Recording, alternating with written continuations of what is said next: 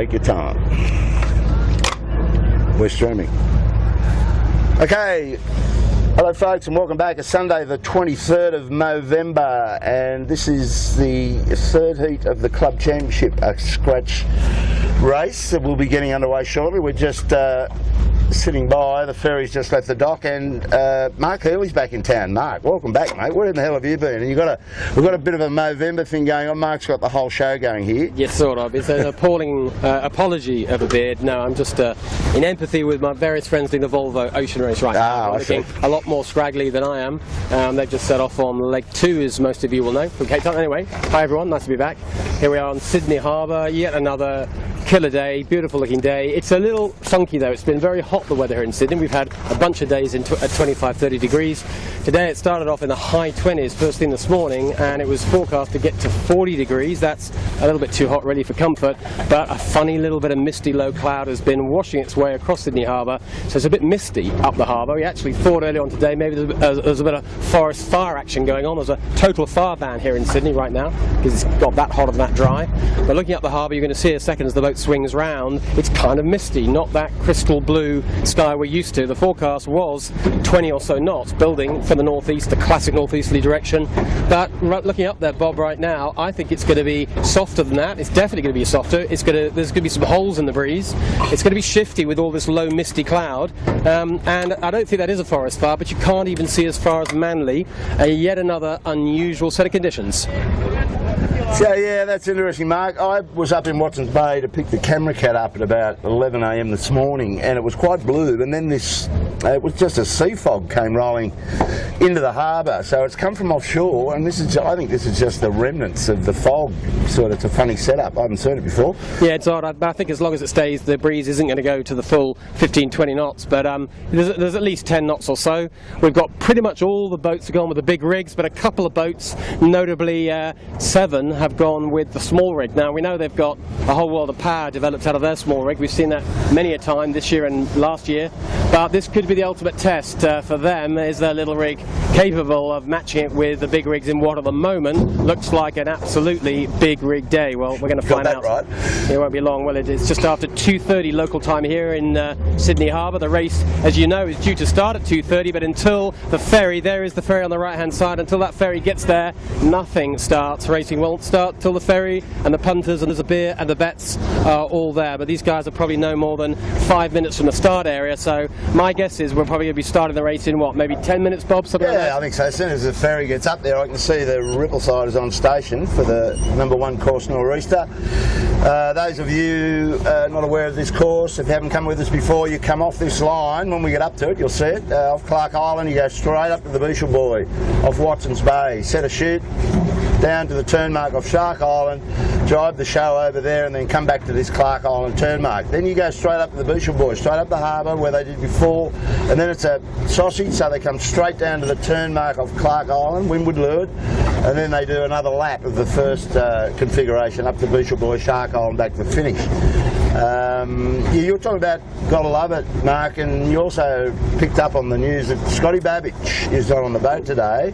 No. And so maybe that helped them make up their mind. I don't know who's sailing on it, but you can bet your life there's some tricky operator that's up for it. Well, Sevy's got a decent pool of talented crew, of course, who all want to have a go on the Gotta Love It 7, partly because it's a very fine skiff with 2 other good crewmates, but everyone just wants to try and get a little sense of how the hell that boat goes so fast. So he's never got a shortage of people putting their hand up to sail on that boat. But we have noticed before that whenever Scott has not been on board the boat, and to a certain extent the same with Sam Newton, but certainly when Scott's not been on board the boat, sometimes their performance is just a tad wobbly.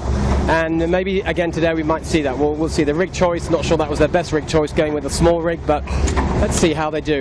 Too early to call it a mistake at this point. Scott Babbage is missing in action, allegedly, and I say that under advisement, romancing his long-term girlfriend with a possible big move coming, yet to be announced.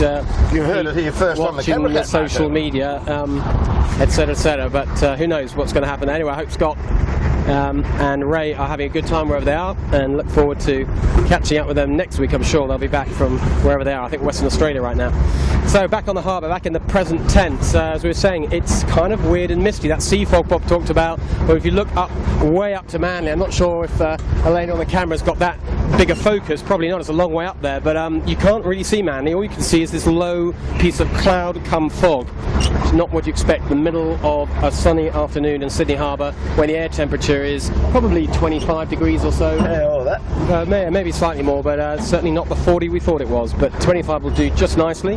Nice bit of breeze. Right now you won't be on a big rig, that's for sure. I can see plenty of skiffs, 3 stringing, so we got no problem with 3 wires if you're on a big rig, but I think the small rigs might struggle, particularly out of tacks, out of jives, off the start line, all the typical situation where you need the most power. But if that fog clears and the breeze builds up to the 20, 7 will be looking kind of smart. Maybe kind of lucky, but kind of smart too. Kind of lucky, I think. Yeah, that's a weird looking cloud, isn't it? Just hanging over the top of the North Head over there.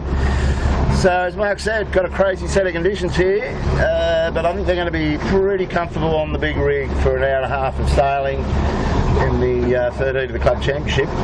So both just doing the obligatory spinnaker sets, just getting their knees and arms sorted out for the challenge.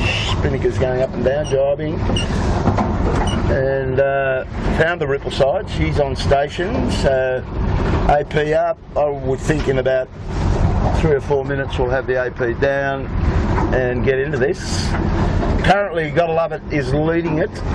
She's on. You've got the sheet with you, Mark, with the point score for the championship. I think there's 5 heats in total for the state titles, but it's, once again, it's all on the run up. It's part of the build up to the JJ Gilpin, and there's Marcus Ashley Jones on the Asco.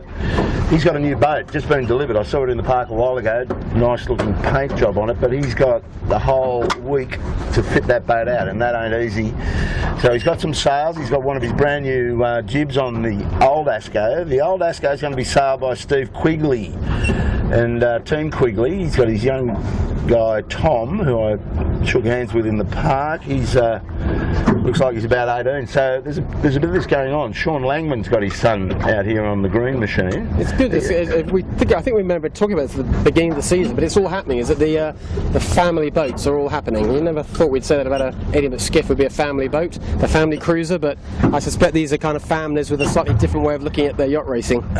Yeah, well, you know about the Barnabases, the Barnabis as we call them. They've got 3 generations upright and vertical. The young Barnabis are really giving it to them in the I think it's the Flying 11 class. They killed everybody in the Manly Junior, the tiny introductory class, and now they're up into the Flying 11s, and they've split up. I think both the kids have got their own boat, so you know there's a lot of family competition within a family, so it's all good. It's all good for sailing. Hey, breeze just getting a bit lighter actually as we set out here. Where the AP isn't down yet, but all the boats are out here. The ferry has arrived, so it's unlikely there'll be much of it today. I can see the pin.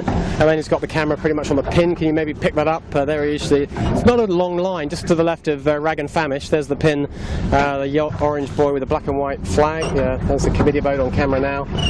So not the longest of lines at all, but the breeze is definitely lighter. Quite a lot of slop. You always get on a Sunday afternoon here in Sydney Harbour. A lot of pleasure boats, a lot of motor boats, jet boats, all sorts of stuff on the harbour. They all kicks up a bit of wash.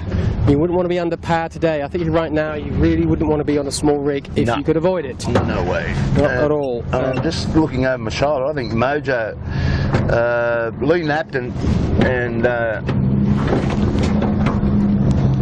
Ricky Bridge are missing off that boat today. They've got a 16-foot skiff championship on up at Manly, so they've subbed in Brett Van Munster again to steer that boat. He did a mighty fine job a couple of weekends ago, and Gotta Love It, plenty to think about. The only problem they're on a small rig, just going around behind us there. So they're on a second mark, so I don't think they've got much joy in front of them in this light-ish nor'easter. You'd have to think not, would you? I mean, I know there's a lot more slop down here than there will be as we get up the track, but the point is you've got to get up the track, you've got to get off this start area where it is clearly lumpy. Plenty of lump here, not as much breeze as you might want. Just look at the waves that's all the way here. There's an awful lot of up and down, and if you want to accelerate, you want to try and hold a skiff nice and stationary on the start line. It's one of the hardest things to do, even in flat water. Add a lot of bump like this, that's going to be tricky for them. So yeah, it all looks like the big rig would be the way to go. There's the spectator boat just behind me. There's all the punters getting all lined up and excited about what's going to happen in this race. But you asked about the overall scores, Bob. Just a quick recap on where we're at. The leader at the moment, as you said, is Gotta Love It 7 on 2 points. I've got Rag and Famish on 4. I've got Smeg on 6. And then it's Compass Markets doing a nice job in 4. Yandu Asco Appliances. But not a lot of points between them, to be honest. But unlike the handicap races where they have a choice of points to go around, this is your bona fide scratch race. They all start equal, they all finish equal. And oh, there's a wobble for us. Whoa. Elena hanging on nicely to the camera. Good work. Look at that. She's a proper wobble. Yeah, so we'll see what happens. But this is not one of those handicap races. It's first to finish is the winner. There we go. Down comes the flag. Get the AP going. That's going to be 6 minutes to go. Class flag goes up next. And still the breeze feels soft to me. I'd be picking the breeze at the moment at maybe 8 knots, the occasional burst of 10. But at the moment it's in a very soft phase. And looking up the track, I can't see an awful lot more. I can see Gotta Love It 7 coming downwind without a spinnaker. They might want to get that spinnaker up and rapidly get down here. A little bit further up the course, I can see a few cruisers with a decent bit of heel angle, and they've probably got more than 10 knots. They'll be up to about 12 or 30 knots of true wind up there. So maybe as we go up the harbour, Bob, maybe there'll be just a slow increase, which will help the small rig boats. But they do have to get away from the start line here near Double Bay, where it is light, it is lumpy. Let's see how they do. Yeah, well, Mark Healy, you've been absent for a while, and you know how we like to joust to pick the podium between ourselves. You've had a look at the second rigs out here. 7 probably wouldn't factor into your picks at the moment. What are you going with, buddy? Well, I'm going to go with Michael Coxon on Thurlow Fisher. He's obviously on a big rig. He's put a little bit of work into trying to get his boat right for this year. Had a very disappointing series last year when it came to the crunch, came to the JJ, and I've kind of got a feeling that it's going to be a good year for Coco on the Thurlow Fisher boat. So I'm going to put him as one of my podiums. My next podium, having not been following this racing closely enough, to my own mistake. Oh, it's tricky, isn't it? It's tricky. Well, I wanted to say Mojo, but I know that another crew change. I know how well Brett sells the boat, but it's not the same crew. It's difficult. Yeah, and they're on a second, so. And then on a second, which probably puts them out of play. So I'm just thinking, just for a second, I'm not going to do what I usually do, which is make a hasty, bad decision on this. You always try to hassle me into saying something I then regret. No, just setting you up as usual. Okay, Rag and Famish. There's my second boat. Just talked to Jack McCartney in the park. He's pretty happy with that rig this year. The big shift for him is he's got a new small rig. That was his big problem last year in the JJ. Whenever it's small rig conditions, he was slow. In big rig, he was quick, but he needed a good small rig, didn't have it. This year, it's a new one, so I'm hoping that'll work well for him. We could do with Rag being fully competitive, but his boat, all the boat building issues have solved from last year. He's got the same crew. Looking forward to seeing how he performs. So he's my second pick. My third pick. Oof, there's a lot of sucking your teeth going on here, but I think come on, get it out. Okay, Appliances Online. There you go. Okay, I'm going with Asco, I'm going with John Winning, and I'm going with David Witt. Smeg, Asco, and Johnny Winning, just to get it nailed down. They've all got nice new daily sales, I think you'll find. Asco, did you go Asco? No, I went Asco. You went with Asco, yeah. Yeah, no, they've got these new daily setups, and they're pretty quick. And John Winning had a nice day a few weeks ago and won the race. It was a 3-boy race, but he actually brained them. So there we go. What do we got, Marky? Well, there is the 4-minute flag is up, and we're well inside that. I'll get the next time check in a second for you, but we're down in about 2.5 minutes of time left. I'll get an accurate for you on the 1-minute gun. There's the line. I'm not sure if we can see it. Can't quite see it from here, probably. We're probably not quite high enough, but we're nicely positioned bang on the line here. So here is the start line, Sydney Harbour Bridge, just off to your left. This is the classic start position. Bradley's Head is always the first little manoeuvre to get round that first headland, and getting out of Bradley's Head early usually tells us who's going to have a good race or not. Looking up the harbour, just latest weather report for everyone. A little bit firmer the breeze. There is a small increase, not major. We're probably looking at 12 knots, maybe 13 up there. So just about in range of a small rig, but only just. Oh. But absolutely bang slap in the range for a big rig. Still want to be big rig right now, wouldn't you? There's oh yeah. So there's all the boats here. You can see DeLonghi in front of you. There's the green boat here. That's the old City Marine from last year. David Witt's previous boat. Sean Langman. Now Sean Langman plus family in that boat. And there's John Winning on the Yandu, and there's Asco just to the right. And there's Compass. Elena's got the camera back, but Keegan York's doing a good job. I think I told you that earlier, but yeah, they got. I think that's Brett and Munster's old Kenwood, and it's been repainted white. Keegan's got a good team with him, and they've been showing a lot of skill for a guy that's been sailing on the sheet, I think, or in the bow on and off with Simon Nern. He's been sitting on some skills all this time. That's right. We just saw DeLonghi just briefly in camera just before that. This time we got Rollo is steering, Grant Rollison steering the boat. Simon Nern is off at the last Formula 1 Grand Prix in Dubai this weekend, so we're going to switch around on that boat. But Rollo's done plenty of steering of a skiff, so I think they'll be just fine. And maybe Simon's watching this from the hospitality lounge in Dubai. Not sure you're allowed to drink champagne there, are you, in Dubai? I'm not quite sure what the rules are, but in theory he should be on his second glass of champagne by now, but maybe not.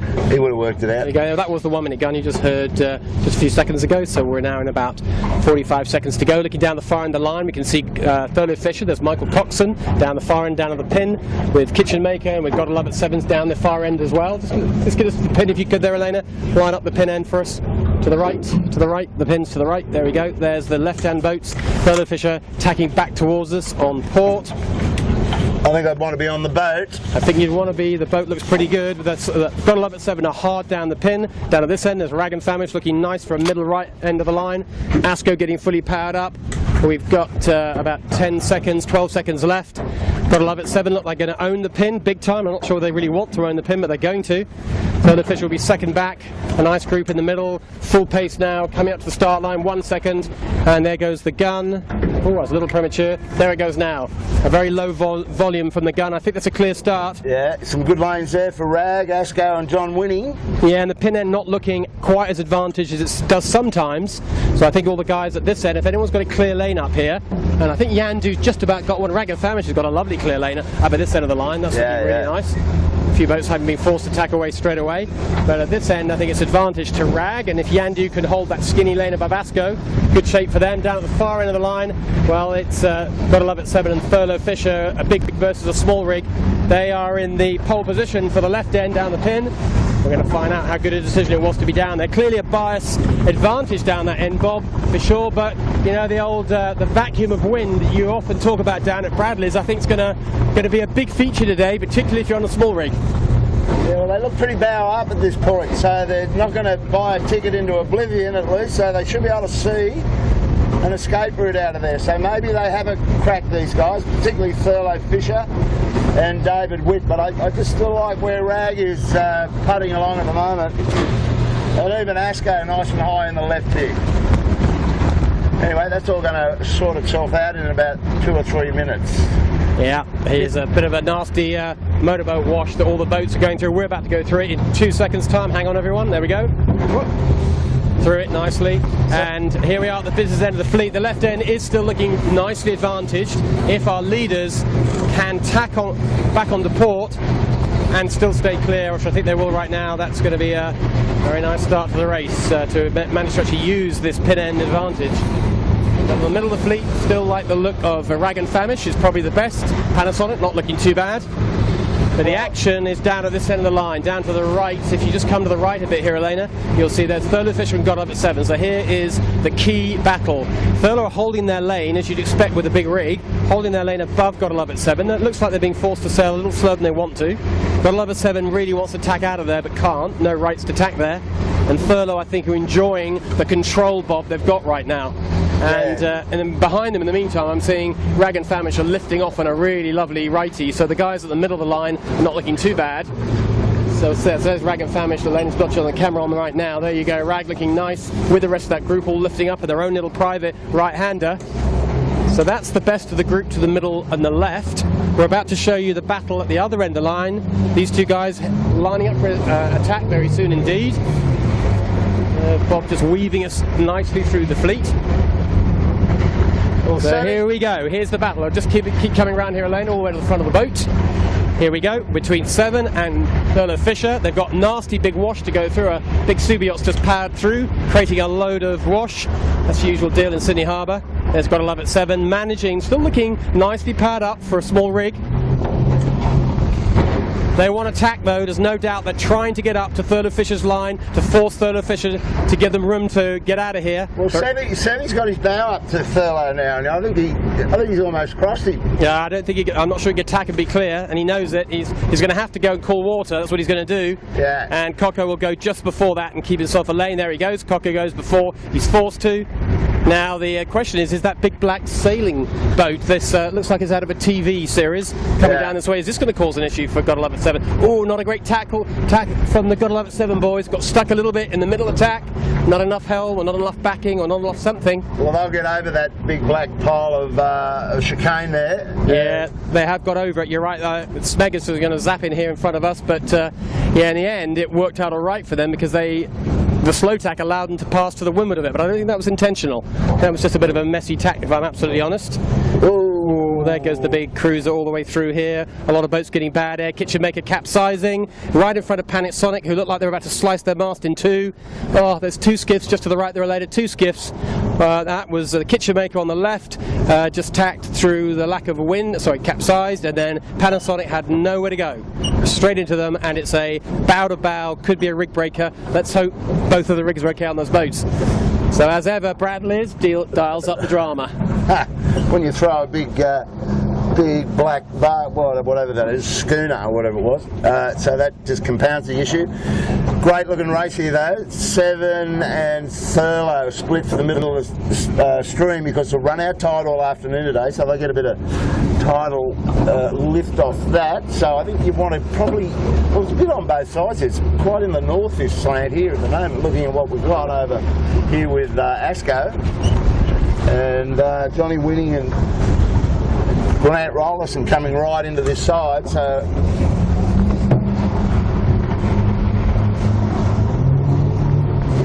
yeah, we've got some boats on our stern. We'll just split from that. So there's the race, folks. Gotta love it. I think Elena's got them on the camera, but Big Red 7 just doing just fine. And as Mark said, there's a bit more pressure up here. It's built since we got off the start line. This will be more up around the 12 to 13 mark. Yeah, breeze is definitely up for sure. The mist has cleared a bit, not completely, but a bit, and it's immediately breezes. It's like someone's just hit the true wind switch, gone from like a flaky 10 to 12 to a solid 15 to 16, and small rigs suddenly looking like a very good idea indeed. Big rigs are okay, top of their range, but definitely choppy. The top.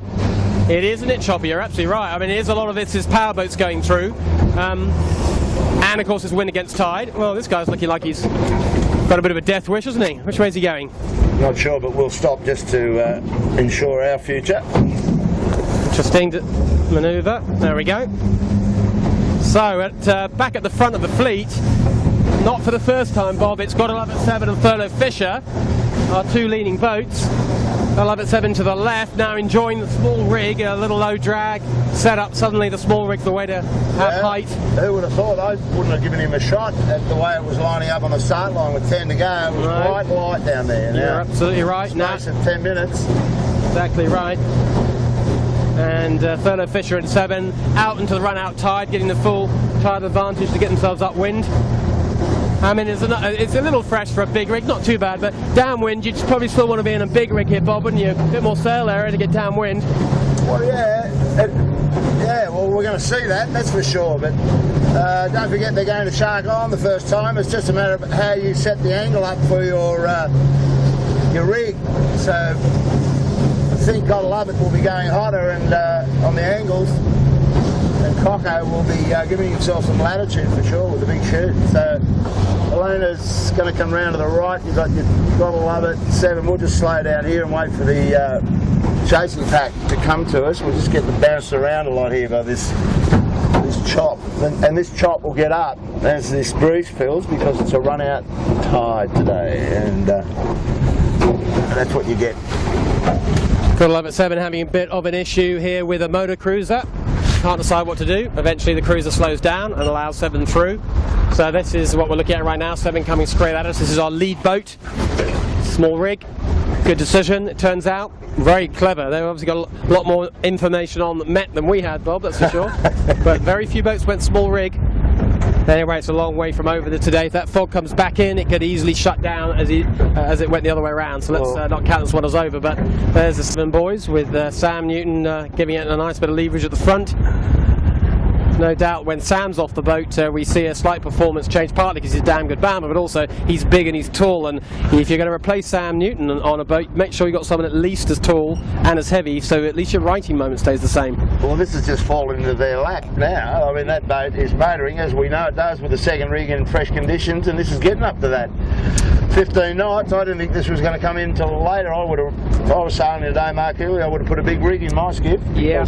Anyway, there you go. A lot of people would do and indeed have done, so that was the obvious decision, but let's see how the day pans out. For now, Thurlow Fisher in second, doing a nice job of hanging on in there with a big rig, and behind them in front of on camera now, there's Rag and Famish and Asco, Pure Blonde, and Smeg. David Witt with a new rig. We're going to have a little look at that maybe, Bob. You're saying he's one of your fancied boats with a new daily rig. Yep. It's his first tryout with a big rig. We're going to go and see how that's looking. For now we've got 7 in a nice little lead, but probably no more than 10-15 seconds from Thurlow Fisher. And I would say maybe Smeg are going to be third. Smeg's just tacked off the shoreline there. There they are on the far side, just completed their tack. And I think they are going to be clear across Asco and Rag, so that puts Smeg into third. So 1, 2, 3 got love at 7, followed by Thurlow Fisher, followed by Smeg. And here comes Rag and Famish, Jack McCartney piling in towards Smeg, but obviously on starboard, but I think Smeg's clear across. Yeah, she is, not by a vast amount, and actually not by a vast amount at all, but she is. Let's look at that. Any helm change? Watch the rudder, yeah, look at that. We're perfectly positioned like an on the water umpire, that wasn't it? Yeah, nice lineup, but that was close enough to give Smeg a little bit of a heart palpitation, but Rag and Famish, no drama for them at all. Did a nice job. Smeg came out of that tack really slowly. I just saw Matty walk, back in the boat. So yeah. Well, this is of course out of range, whichever way you look at it, for a big rig, let alone a big rig up for the first time. So it's going to be a little baptism of fire for anyone with a new big rig up today. Here's Smeg being followed by, looks like Ian Murray. Is it Ian Murray? I think it is, yeah. He's got his look. Looks like it, in a different rib. We're not used to him being in that rather fancy rib, but he's having a little look at Asco.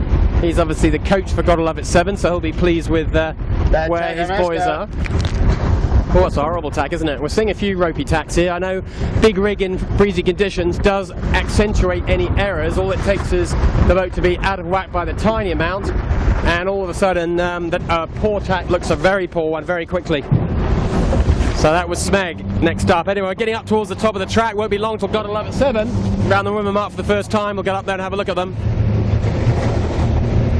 Yeah, well, these big rigs are over taxed now. You can tell they're trying to get them into balance, and it's a bit of a struggle, Mark. And you can see yeah, it is a bit. It's a usual thing, isn't it, with these sails? All the game is that you never have exactly the wind you want for the rig you've got. It's all about being good at adapting and changing gears and adapting the sail to fit what you've got rather than what you thought you'd get. But Asco looking quite nicely in control here, getting themselves sorted.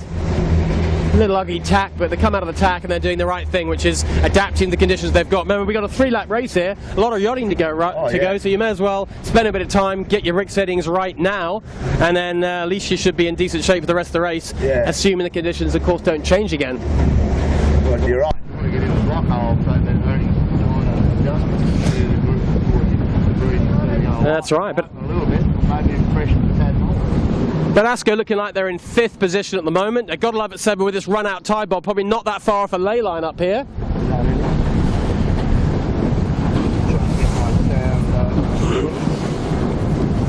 Yeah, I think Gotta Love It 7 are pretty close to a ley line with this right to left tide under them. Nobody here wants to overstand out. It's just see many boats tacking back out here. Oh, as I say that, Marcus has got to tack because he's got a ferry in the way. Yeah, it is a Sunday afternoon, obligatory manly. It is a bit, but it might take him over the ley line, and this is an awful lot of right to left tide under these boats. And we're not far off the buoy. Elaine, you got my sand there?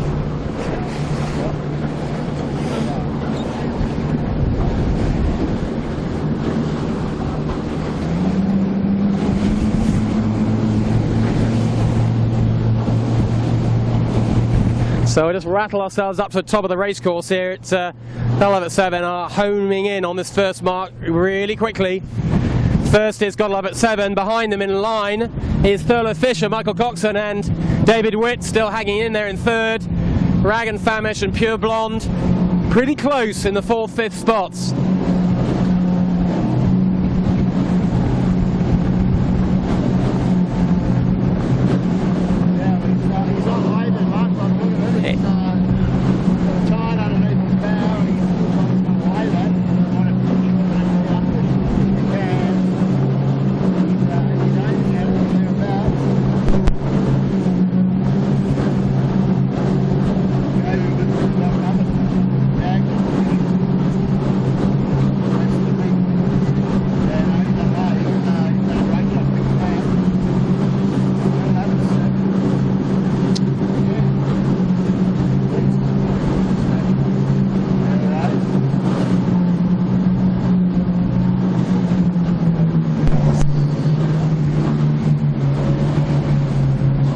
First boat round, Godlove at 7, as we sort of suspected back there. Round to the right, Elena, round to the right. Round to the right, there's Godlove at 7. There's Godlove at 7, our lead boat. Further right. Here comes boat number 2. There they go, Thurlow Fisher. Another good leyline bob for both of these guys, aren't they? A lot of experience. They knew how much tide effect that was going to have. Oh, look at this. Coco wants to bear away straight into the path of a cruiser. He has to do a little abort, slows down the bear away, but good skills there to be able to make that change. That wasn't easy. So he's round second. There goes the hoist. Let's ignore this little white boat about to come round now. That's a different class. And then Around Asker. Oh no, Smeg. Smeg, here comes Smeg. Third around is going to be Smeg. Here she comes. That's David Witt with his big rig up for the first time. So he won't be unhappy with the performance of that. It looks like he's got a bit of tuning yet to be done on it. A lot of ragging the sail coming up here, but nice easy lay for him. So good work for David. And here comes Rag and Famish. They'll be next around. So 4th round is Rag and Famish, is Jack McCartney. A little bit of a full start on the bear away. You can get the jib off quite enough there. Down goes the bow. On the big rigs, I like the look of the big rigs for the downwind here, Bob. It doesn't feel that fresh up here, does it? Though, I mean, I think both rigs worked perfectly well there. Maybe a small advantage to 7 with the small rig, but the big rigs weren't a drama, weren't a problem. Downwind, though, the big rig's going to be quicker. It just has to be quicker. Nick Daly's the next boat, and he's on a second. So he's the first of the second rigs, isn't he? Oh, sorry, got to love it, of course. Luke. Yeah, got to love a 7 with the first one. There they go. Brett Van Munster is going to be the next around on the second. So, big rig, small rig, probably one of those days where you can get away with either. But let's see what happens on the downwinds, and let's see if this breeze firms up or stays as it is. If it drops off, then advantage back to the big rigs. But for now, it's a pretty competitive race here. Here goes Mojo. There are all these boats. You can see how much they're overstanding. They're all approaching with pretty wide angles with very heavily eased jibs. Here's Asco, very wide, very wide. Come on, lads, get the bow down, get the bow down. You're way over. You're just giving away time and distance. Get the bow down. There they go. There goes Asco and the rest of the fleet. Well, a little bit of tactical work here. There's John Winning wanting to hold up the guys above him, but again, everybody being easily fooled by the strength of this run-out tide. So we're going to crack him down the front. Mojo, we're going to catch up for leaders. It's got a lot of way out wide in the street.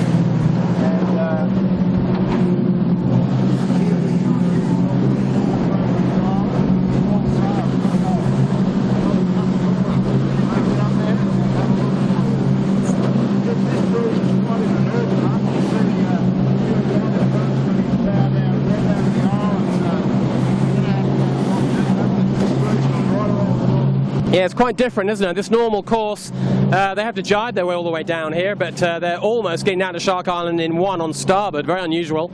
Remember, they do have to leave Shark Island to starboard, which means the lead boats are going to have to jibe onto port as they get down to the island this time. The following lap is just straight away to the bottom of the course. You ignore Shark Island, but on the first and the last lap, Shark Island is a mark of the course. So it's all a little bit different for people today. The angles are all a little bit different, a bit unusual, and still choppy. We talked about that at the beginning of today, how choppy it was. Well, it's still pretty choppy now.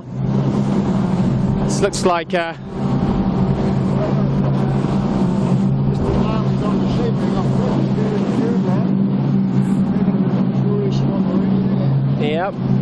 Not going so bad with a big crew change that, so it's doing pretty nicely.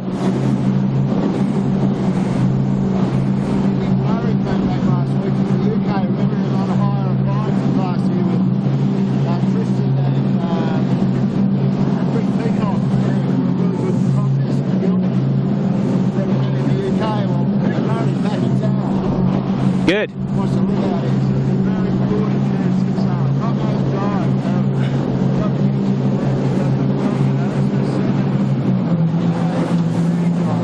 Yeah, 7's already gone. We just saw them a little bit long the distance. We'll hopefully catch up and get into them. They were first to jibe, as you expect. Oh, look at this. Dragon Famish with the cruiser, just where you don't want a cruiser. Jack, yeah, did well actually. They probably wasn't the perfect place to jibe, but they I think they just worried they're going to get locked out by these cruisers, so they had to jibe. Did it. Kept the boat upright, that's all good. But jibing a lot earlier than they really want to. But there's a lot of traffic around here. Look at this. They've got a little 12-foot skiff that's got rights on them. Of course, even boats that aren't in your race, if they're on the harbour racing, they have normal rights. And that was a boat that had rights. The Wimmer boat keeps clear. That was Rag and Famish, and indeed they did. Plenty of traffic around here, but there's Rag hoping to getting a letdown down towards Shark Island. Smeg and Furlough are lower, as are 7. That's usually the advantage position to be in.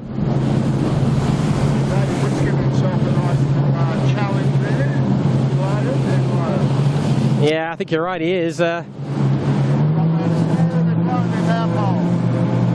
there's Smeg. You look to there's the Smeg boat. I think Elena's got it on camera now. There we go, the bow pole up in the air. That was a little bit too much load. But you wouldn't expect it to break there, Bob, would you? But clearly they were fully loaded up on a tight reach with a big kite, but that shouldn't break. Well, it went out last Sunday.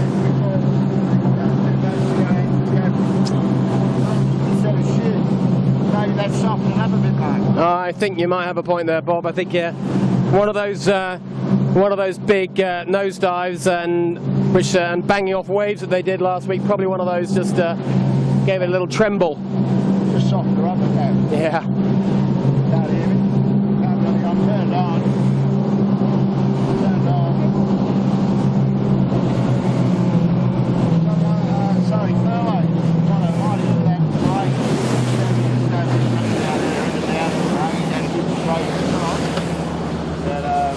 Go, you good thing, double up. But it's getting light down there, mate. Yeah, it does get, well, it is a little softer, isn't it? I think this is, as you go down the racetrack, you run out of breeze. It is a little bit of the more you go upwind, the more that, yeah, it gets windy. Anyway, we're just going to hang here. Bob's just going to sort out a microphone little problem that he's got. We'll just hang. It's a nice place to be. We're nice and close to this buoy. We probably don't want to go any more forwards here, Bob, otherwise we will be the dangerous side. They're on the red line of the ley line, but we're nicely positioned. We're kind of tempting people, but there's Rag and Famish. Rag and Famish, third boat round. The yellow mark in front of your foreground, that's the mark they're trying to go around, which of course they do. And it is breezy here, but as Bob said, as they go downwind, it does seem to lighten a little bit. I'll hope it will, because they won't want to have to drop the kite before they get past Point Piper. That's the landmass. Here comes the next boat round. Here's Smeg without a bow pole. David Witt driving without a spinnaker, without a bow pole. He'll just be sailing home now. I don't think he'll bother carry on racing. If it's fruity enough to 3-sail reach down here, maybe he'll go upwind for one more leg just for practice, but otherwise I think he's retired for today. And next round, Pure Blonde doing really nicely, cutting the corners a little bit there. Pure Blonde's the next round with a small rig and a crew change, so things going pretty well for them. Next boat round is looking like being Mojo. Right behind us here, Elena. We've got some quite exciting action from Mojo. They're going to miss us by a couple of inches. That'll do. Good enough. And let's see as Mojo roll into it. There's Brett Van Munster, the boat builder, the class builder. A little bit of verbal encouragement for his crew. A little bit wide on the rounding. Next comes Asco, going to try and cut the corner. Yeah, it's like a busy intersection here, isn't it? Nicely the busy part of the road. There's Asco flying off down there. Get the three lads out as soon as they can. Full leverage. They want to get high lane against Mojo here if they can. They're seeing a little bit of an opportunity to roll. And then next through, John Winning on Yandu. Who's also, I think, sailing pretty nicely. Closing up into the group ahead. So a pretty good downwind so far for John Winning. And then there's quite a gap, actually. We've got a few 12-foot skiffs who are not racing in our regatta, just racing on a very similar course, who are just rattling down here just to make life a little bit more confusing. But the next boat round will be one of my picks, Appliances Online. Maybe not doing quite what I wanted. But here comes Appliances Online next. And they've taken it a bit wide as well, and that's pretty much the leading group, Bob. There's not a lot after that. Can we just check how's our audio going? Are we? Oh, I need a set of batteries. We have a bit of an issue. Well, that's okay. We'll sort ourselves out. And next boat around is going to be Fisher and Paycole. So here comes Fisher and Paykel, who's getting blocked out by a cruiser. Here we go, here's your classic Sydney Harbour situation. They've got to make a decision to windward or to leeward. I think that was the right decision to go to leeward here. They went to windward, they could have got locked out when they tried to jibe back. They're going to bust through the apparent wind through to leeward. And there's a slow cruiser, they'll get away with it. And, oh, they cannot wait to jibe, you'd have to say. They cannot wait to get out of there. Done. Nice work by the Fish and Paykel guys. Got themselves through the traffic. They haven't got the halliard up. Look at the top of the mast there. They're short by a foot. Not sure if they've seen that or whether they've got a jam, a lock, some kind of a knot problem. They can't hoist it, but that's not going to make them go fast on a reach or a run, but particularly a reach. Anyway, Fish and Paykel next round. And our leaders in the meantime have now gone round the bottom mark, but we'll maybe catch them on the way upwind, Bob, rather than trying to chase them down there, because I've got Gotta Love at 7 and Thurlow Fisher. That's our 1-2. And Rag and Famish is our third place boat. They are now all round, 1, 2, 3. Well, I should be back in business, Alana. She's got my stand there. And Smegaya, we're back on full audio, that's great. Here come the next couple of boats. There's the Langman family on the green machine.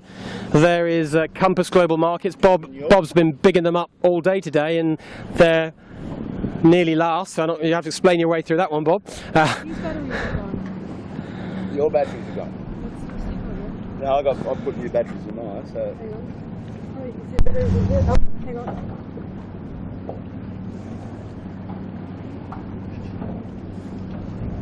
This one's...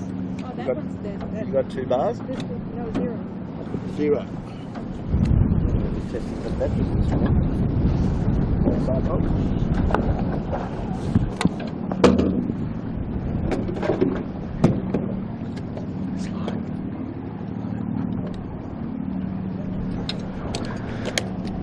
So we're getting towards the end of the first lap. We'll regroup a little bit. Just a bit of a battery drama going on board the boat here. We'll sort ourselves out. Lots of spares on board. Take that out. Oh, you got it. Oh, there it is.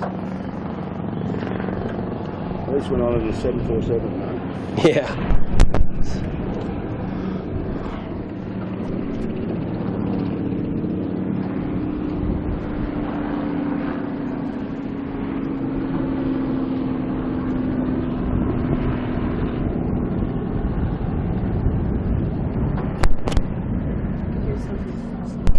Yep.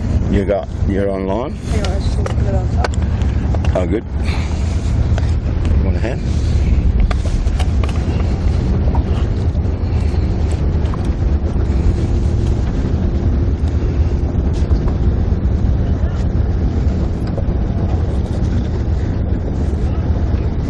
Yeah, thanks. Okay. Okay. We're back in business, Mark Hurley. Okay, good. We've done a little pit stop all of our own, and so what happened in that we were only just offline, off air, off visual, not quite sure what we were off, but we were off more than we were on. Anyway, we're back. You haven't missed a huge amount, probably a couple of minutes of action, that's all. We are past here. Here is Shark Island. We talk about it a lot on commentary. There is the island itself. You can rent it out for weddings, I think, and bar mitzvahs, but you can't go there as a member of the public.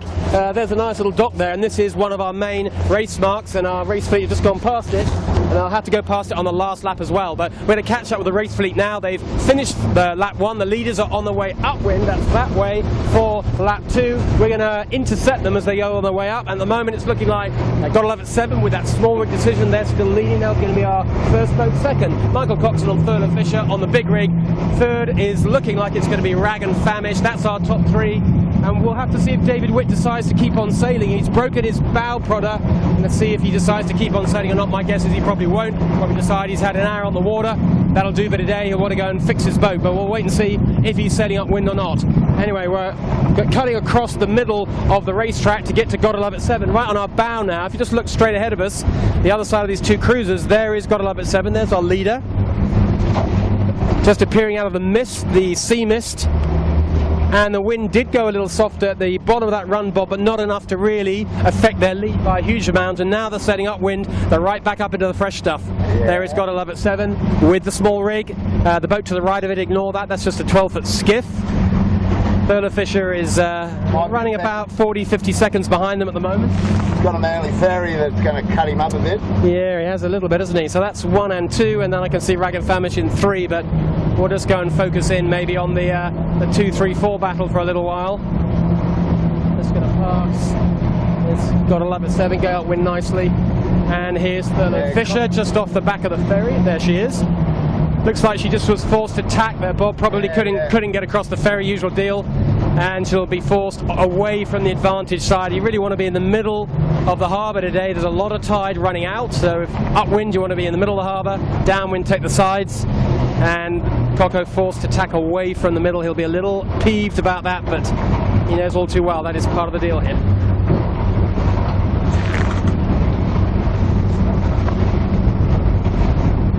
Now normally, Bob, Coco's got one of the Barnabases on board. Do you know the deal? Is he going to have a Barnabas for the JJ, or is this I believe story? So, and Gil that's been filling in for Trent has been doing a mighty good job. Remember, he's a bowman on Smeg last year with... That sounds like a pretty good swap, doesn't it? I mean, you'd want Trent Barnabas. He's a long-standing team member, but Gil would be a pretty tidy swap. Well, he's amazing, and you know we follow those guys so much in the windy days because they just put on an amazing show. With Gil, who could really work the bow, strong as, and he's right in the block hole with Sam Newton as far as being one of those really clever bowmen that doesn't let a spinnaker collapse. He'll get it right on the edge and play that tape all day, and quite strong enough to do it. So this race is getting a bit of familiarity about it.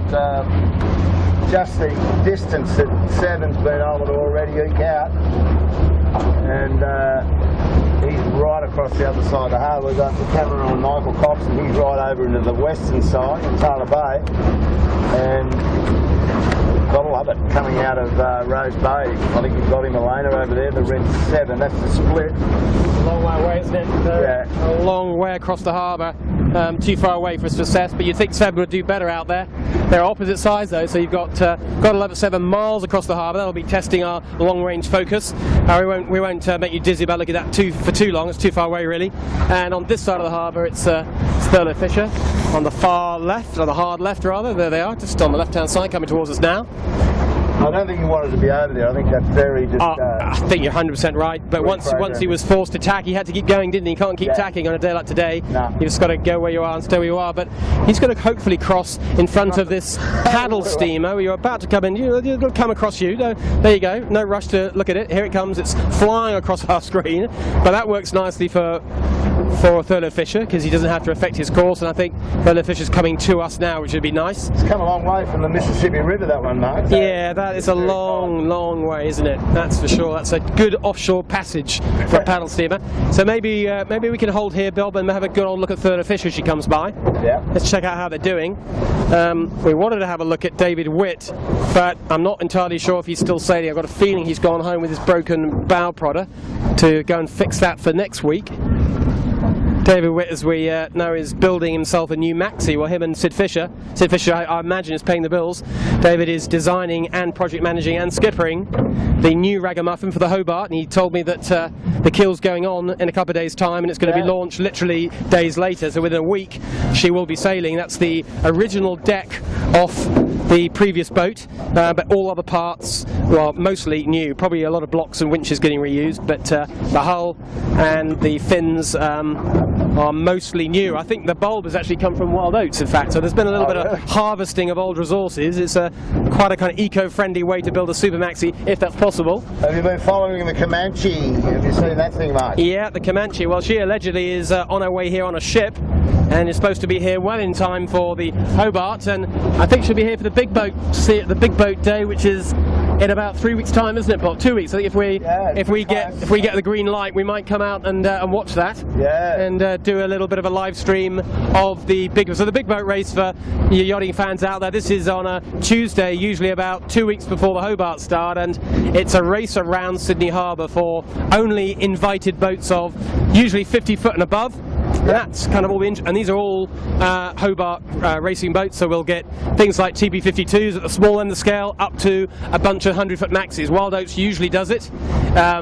Wild Thing has nearly always done it, although I think Wild Thing is involved in a court case right now, so I'm not sure they'll be turning up, otherwise there'll be a lot of lawyers all on the foreshore. I'm sure Wild Oats will be there. I'm pretty sure that David Witt's boat won't be doing it on the Ragamuffin. I think that's going to be a little bit too much admin for them with so much on their plate. Well, I'll tell you who will be there is Anthony Bell's Loyal. Oh, Loyal, of course. Loyal will be doing it, which would be terrific to see. That's going to be a good battle. Not the best boat to get round the cans in the Loyal. She's a big bit of kit.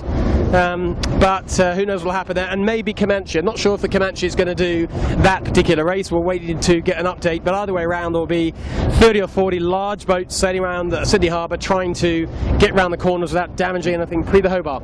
Anyway, we'll let you know. Well, okay, while you're at this, giving us all this heads up, Mark Early, what do you know about the Extreme 40 series coming to town? Well, not long to go, is it? That's, we've talked about for a while how good it would be to get Extreme 40s and even AC 45s. That's the America's Cup class 45s racing here on Sydney Harbour. Well, Mark Turner's Extreme 40 guys have finally made the decision. They're booked and loaded, and I think the boats are about to arrive. They've got an Extreme series that starts very soon indeed. Is it next weekend, isn't it, I think? I think so, but it's been very quiet. They haven't actually told, well, the media doesn't know, or the media hasn't said anything about how the course is going to be and how you get the, I would imagine it'll be off Farm Cove, off the opera. Yes, well, I've got sent an invitation to go as a fancy VIP guest, so which I guess means I get a cold beer and a barbecue, a sandwich or something like that. I'm not sure, but I'm very, very looking forward to see how the whole process works. And they sent me a course map, and indeed the course is right by the Opera House. It's at Farm Cove. Oh, right. So it's right in front of the Opera House. It's a short course. It's going to be pretty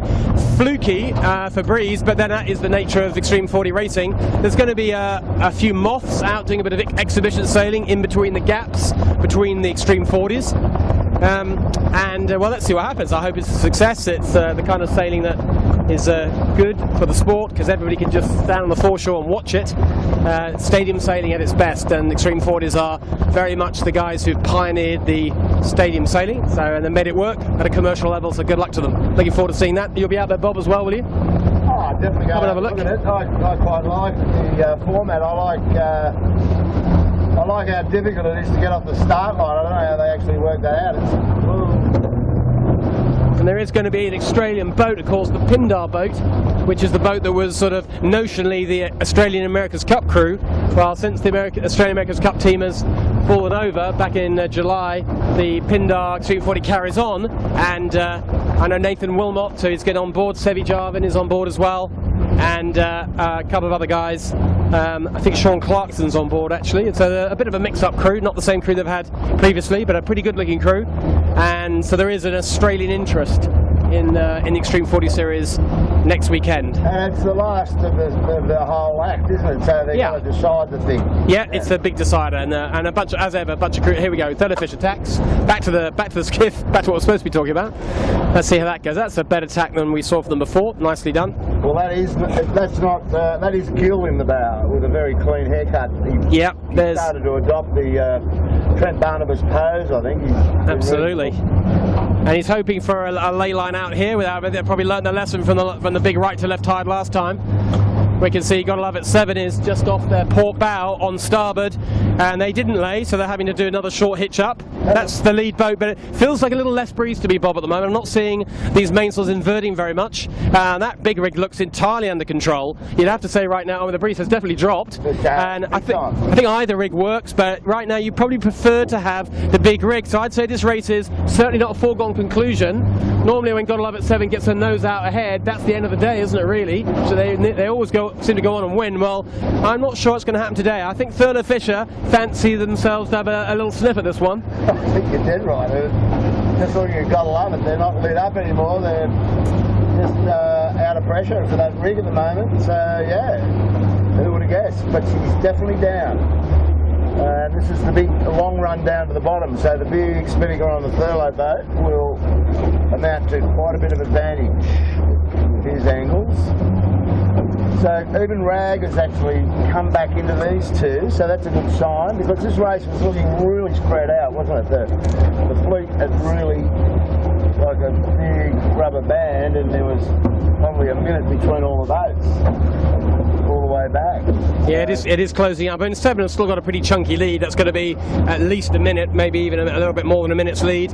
So they're not. I wouldn't exactly say anyone's breathing down their neck, but it is light. I can see Sevy's not even fully stretched out on his wire up there right now. Whereas down here with Thurlow Fisher, the boat right in front of us off our bow, they are all on their tippy toes, three stringing, fully powered up, but probably very happy they've got the big rig at this point in time.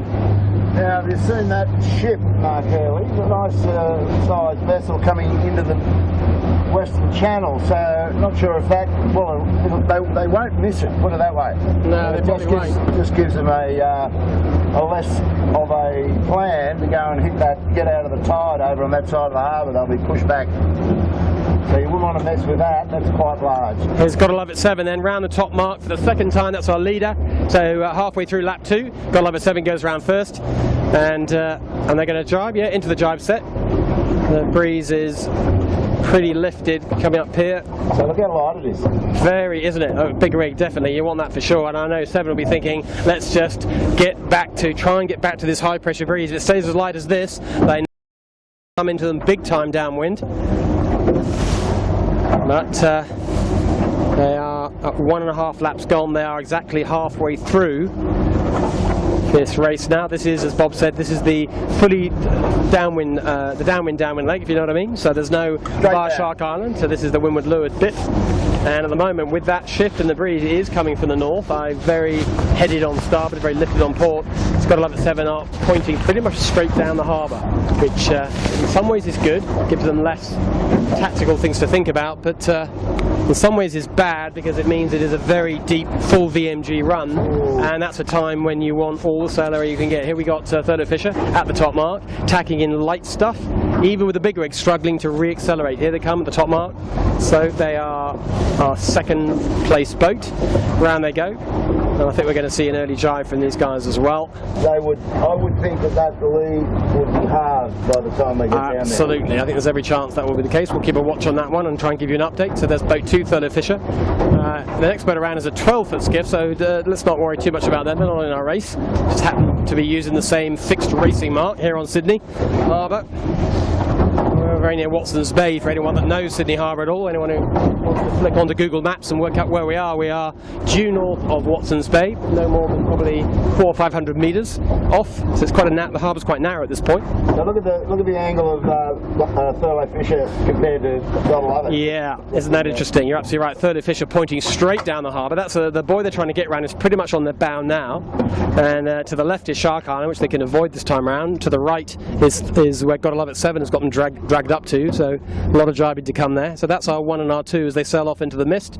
In third place here is Rag and Famish approaching with the back sails, doing quite nicely, and I think it feels like they've closed up, Bob. And I mean, Gotta Love It 7 is a long way away, but of course they've been sailing downwind, so it exaggerates the lead. But Gotta Love It 7 went round 3 minutes or so ago. There's Rag. Let's see how good their smooth jibe set. Nice little roll. Yeah, maybe not the smoothest from Jack. Jack tends to be very smooth on the helm normally. There's a little bit of a banging the helm hard over to get the boat to jibe. Blonde doing really nicely. Remember the small rig on Pure Blonde? Don't forget to jibe. Don't forget to jibe the boat, lads. Turn the boat. Turn the boat. No, my word. And there's a back to front helming going on. All manner of stuff happening there. There's Brett Van Munster. Brett's got themselves locked up by a 12. Luckily the 12 jibe sets. Otherwise they were going to be taken a long way towards Watson's boat, which they didn't want. So I'd say no one here giving us an exemplary jibe set, bear-away jibe set, but we've got 3 close. No shockers. Here's 3 more to compare to. They're nice and close. Absolutely. So all armchair sailors at home and on board the Camera Cat, we can now give points for these bear-away set jibes. These bear-away jibe sets. Let's get my terminology right. I'd say Thurlow Fisher's the best one by quite a long way so far. Sevens wasn't bad, but Thurlow Fisher's lovely. Oh, that's not a great bear-away. Oh, Mika opens the gap. Asco, nice work, lads. Go through the gap in the middle. Oh, Plants is online, digging the bow in. Asco did a nice job there, and John Winning will take no. He doesn't need any second invitation. Oh no! Horrible capsize. Oh dear, that was a shocker. That was a shocker. Unfortunately, as too much bear away went on, the crew changed sides of the boat before John had actually borne away, and they capsized to windward. It's not often you see John Winning capsize even in 25 or 30 knots, let alone today. So that was just a whole lot of coordination that didn't happen. We'll just let this 12-foot skiff go through. and then it's Bob's favourite compass markets after that. But we'll rattle on downwind, see what's happening to the leaders. We said that we reckon Thurlow Fisher are going to make big inroads into Godlove 7 up at the front. Well, hopefully we'll get down there at about the right time to see if that actually plays out or not. Well, look, Mark, Godlove's on the other side of that incoming ship, the freighter, and to see ship. Yeah, I think he's going to. He'll get out of there, though. Yeah, he'll cross the freighter and the murky horizon. I'm not sure if you can see it that far down, but there's the Godlove 7 red spinnaker with a white logo set against the dark green of the landscape. You might just better pick it out. That's our leader, and no doubt Thurlow Fisher is cutting the corner dramatically with her angle. There's got to be a nice big close by Thurlow. Whether it's a big enough close to make a difference on this leg, we'll have to see. We'll get ourselves down there as fast as the camera cat will allow us and see what's happening. But all these boats here in full VMG mode. You can see the helmsman. There's Asker. We got the camera on now. Look at Asker. There's Marcus Ashley Jones. He's kind of every now and then bends his legs quite a lot to bring the weight in. He's on tippy toes. He's trying to keep 3 strings going, but he wants to sail as deep as he can. This is a proper VMG run. That tells you a big rig's a good way to go. So if you bring the camera around in front, honey, you'll pick up Mojo. They're fully lit up. And they're going to get wedged out here between this Manly ferry. This is going to be on for young and old here, Mark. Well, he's got to cross the Manly ferry. That's the green one to the right of us, this big thing here. And look to the left there, Elena. There's Mojo trying to slice through a gap between the Manly ferry and the good ship Goliath from Devonport. I think that's Devonport, New Zealand, Auckland. So that's a Kiwi boat to come across. There's a little window of opportunity for the Mojo boys, but you wouldn't want to capsize about now, would you? Nah. If you were them. Definitely stay upright, lads. Here's the ferry full of Manly, from Manly to Sydney Harbour. This thing goes every half hour, so doesn't it, Bob? Yep. Full of people. Takes 1,000 packs. Goes at 20 knots, takes no prisoners. Here's Mojo. He's still going, and he's going to pit himself out, I think, with this Goliath boat. His problem is, how's he going to cross Goliath? Well, I don't know. So he goes to the windward side of Goliath. He hits the far shore. He's going faster than the Goliath's doing about 10 knots. Mojo about 20. That's the good news. The bad news is he's got to jibe back towards Goliath, and I'd say Goliath's VMG is rather better. Big wave coming to stand by here. A couple of big, a bit of motorboat wash coming. Just hang on to your settees at home. Don't let your cup of tea drop to the floor. There we go. So there's the good ship Goliath. Then look to the right here, if you could, Elena. Here's Mojo. Not quite as right as that on the bow. There's Mojo, the other side of the white cruiser. That's the boat kicking up all the wash. There's Mojo, who somehow got to hit the shoreline, jibe, come back, and cross ahead of Goliath. Here we go. It's Cape Horn. It's a tsunami time.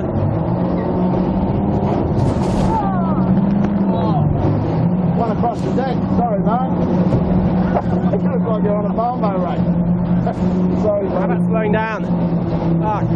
That's a camera. We might just do a camera wipe there, Elena, when you've got a moment. There's only one way to go. Hard at it. No, Mojo's still in the game.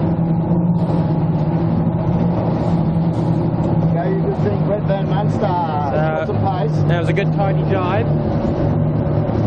And they've given themselves a shot at this. They are bow ahead of the tanker, which is good for them. What's going to do with the white powerboat with the white way? I don't know what's going to happen with that. That's another issue altogether. Rocco's done a good job of closing in the 7, from what I can see, as you would have thought. Red Van Munster's aiming straight at this. Let's carry Bruce all the way down here somehow or another.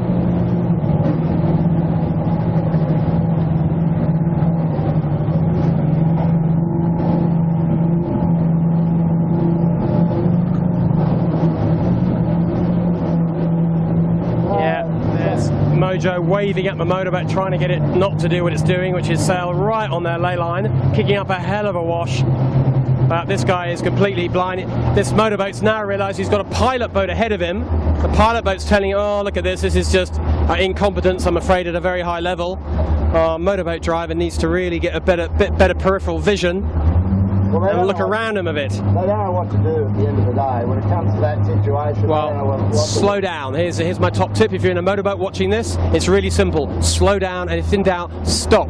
You might be 5 minutes later back to the dock, but you will not endanger sometimes the health and occasionally the lives of yachtsmen in small boats.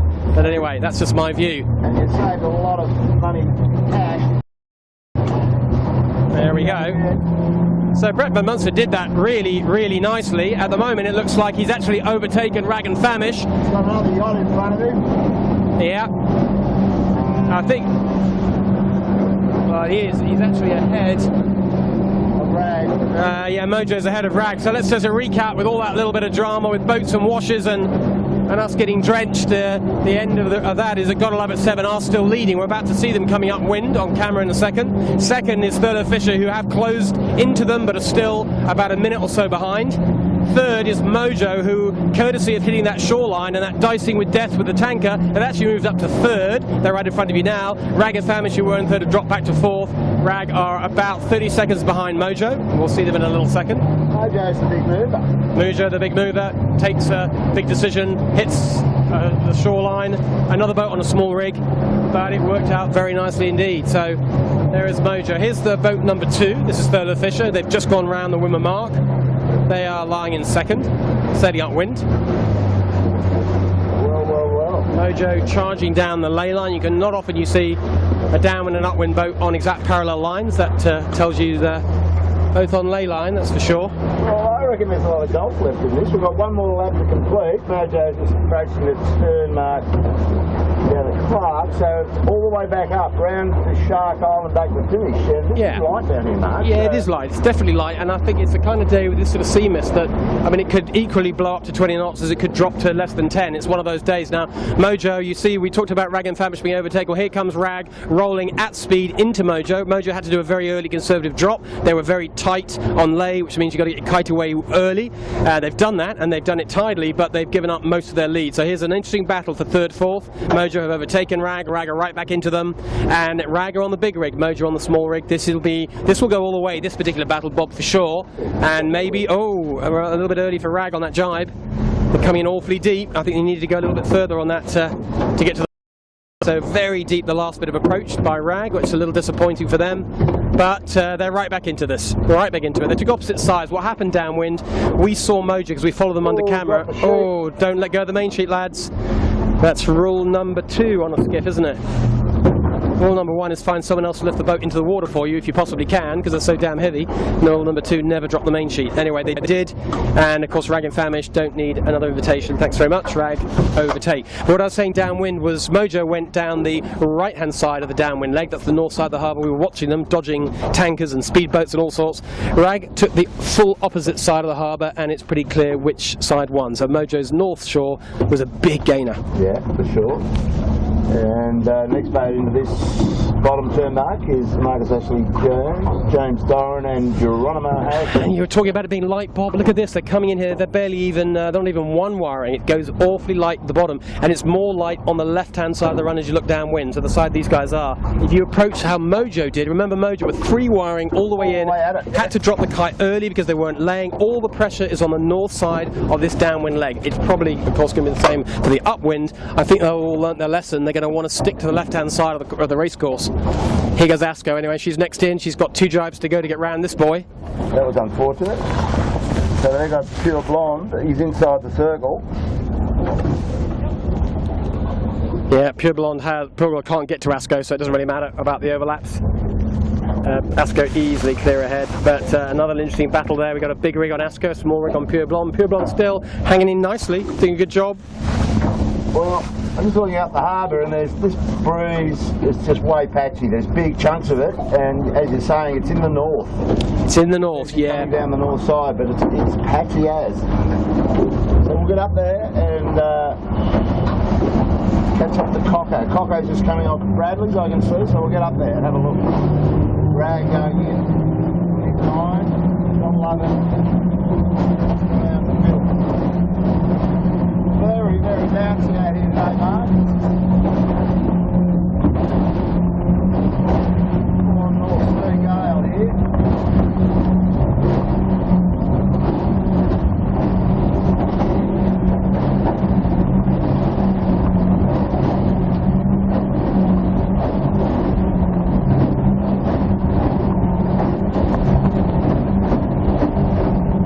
Going wing back on his feet. Race with Sean Langford.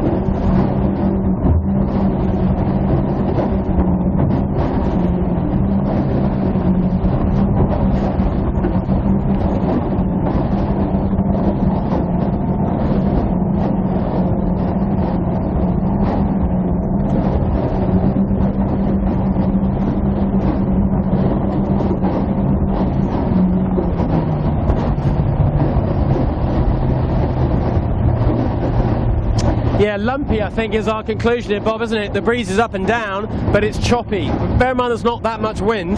There's a much bigger seaway running than you'd imagine. Oh yeah. It's a big, it's a challenge for them upwind and certainly downwind. That can be used to advantage, of course. Well, here we are with Thurlow Fisher in front of us right now. She's still in second place. Now, the leader is Gotta Love It 7. I'd say Thurlow Fisher have come into Gotta Love It 7. 7 have gone hard right. They've just tacked from port onto starboard. They're going to be a long way across Thurlow Fisher, but I would say by mine not as far across as they were. Thurlow Fisher is coming into 7. A lot of work to do to make it into a full-on boat race. There's still probably a 45-second gap between these boats, but it looks like it's inside the minute now. There's Gotta Love It 7 crossing the bow about now on Thurlow Fisher. That's the differential. Both boats heading towards the starboard side, the right-hand side of the harbour. I think as you get further up the harbour, the breeze difference from left to right really goes away. Up here there's plenty of breeze here on this side of the harbour, whereas downwind it's a very different story. Well, Coggo decides to split from 7, not to follow them all the way. May as well, he's got nothing to lose here. Tacks away, and he's going to lead the charge to the left-hand side. Maybe try and find a little bit more helpful tide, maybe a bit more breeze. Just mixing it up as well, just giving 7 something to think about.